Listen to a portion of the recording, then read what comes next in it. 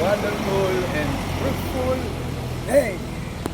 Let us thank the Lord, for He is good and His love endures forever. Let me share to you today the words of wisdom, or wow. This is a divine wisdom from the book of Proverbs, because I believe with all my heart that the Proverbs a day keeps the fools away.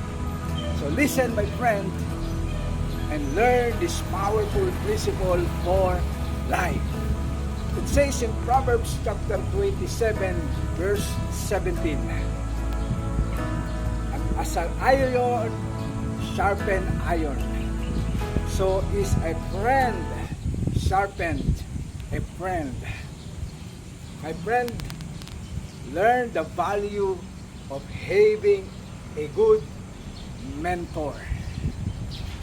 Everyone is accountable to someone who is higher than us.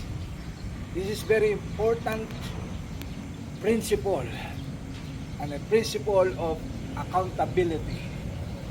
We need someone or a faithful friend who will correct us, who will give us a evaluation so that we will maximize our potential.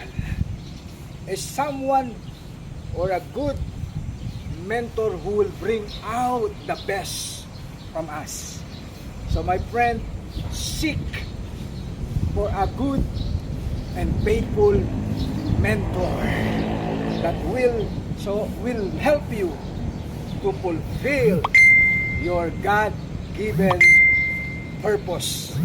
So that is a friendly reminder, my friend, and I declare to all of you, Shalom, Shalom, peace and grace be multiplied. God bless you more.